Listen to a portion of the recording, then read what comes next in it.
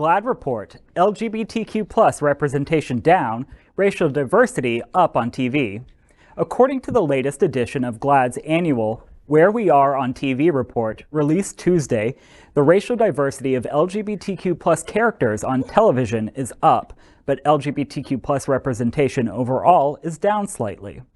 This marks the 27th year of GLAAD tracking the presence of LGBTQ+ characters on television, and the 18th edition of the Where We Are on TV report. This year's report covers shows that are already premiered or are expected to return between June 1st, 2022 and May 31st, 2023.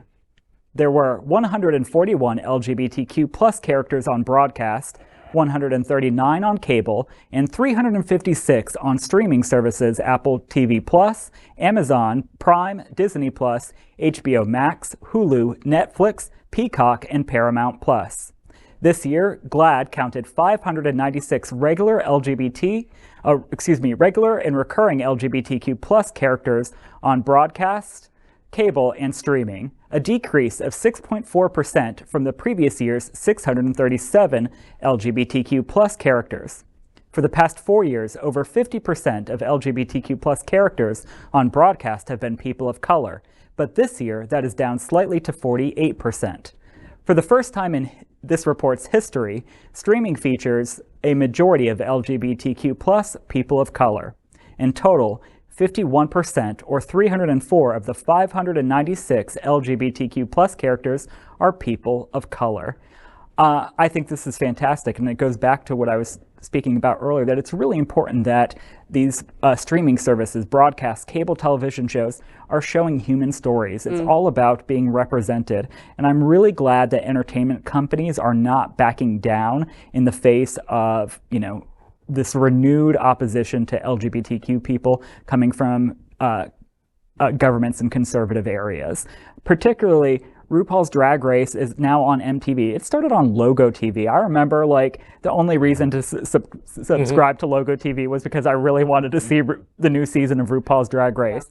I'm glad that Viacom, which owns CBS and I think Paramount Plus, I'm so sorry, Viacom, if I'm wrong, has promoted that to MTV, and it's now covered on their streaming platforms as well. Is MTV really a promotion these days? It's a much larger audience. I was wondering that too. Are young people watching MTV? I don't know. I have no idea. I mean, it's still vertical promotion. I mean, look, MTV is no longer as influential as today when we were teenagers. How dare you? Oh, we both have PhDs. Don't make me. Video killed the radio star, Bobby. Video killed the radio star. I do have the face for radio, but that's not the point. But one of the things I want to point out is that while the numbers of her encouraging, I want to point out that presence on the TV show, the fact that there's a character of LGBTQ person of color on the TV show, doesn't mean that it has substance that concerns the LGBTQ person of color. I mean, one of the Russo brothers show up as a gay character in Avengers Endgame. That he had 30 seconds of screen time.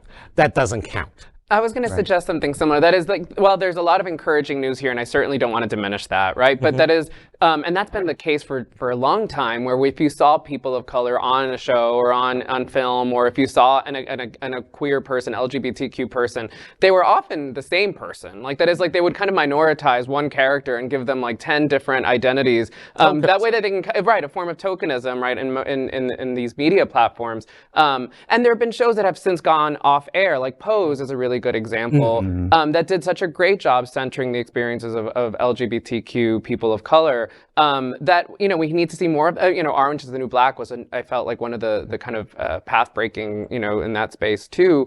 So I mean, there's a lot of work to be done, and I also kind of I feel like I'm always just this negative person, everything's awful, but but the other thing too, right, is to make sure that people behind the cameras are also right, the people who are writing the stories, the people who are producing the stories.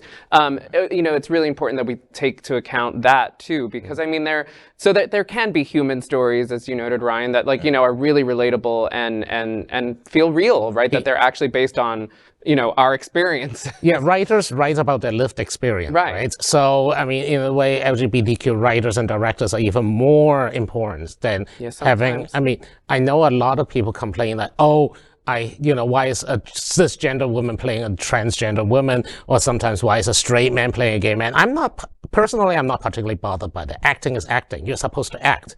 If we only cast gay men to gay men to play gay male characters, we are going to see Neil Patrick Harris 24 hours. Well, there's more. And that's a bad thing. Why? There are other gay people. I just want to make clear. I mean, you know what I mean, though. There's only so many known gay actors out. Is that the single gay actor that you were talking about before? It was. That is partially blind, partially deaf. It's him. Yeah, Bob, I want to bring you into the conversation.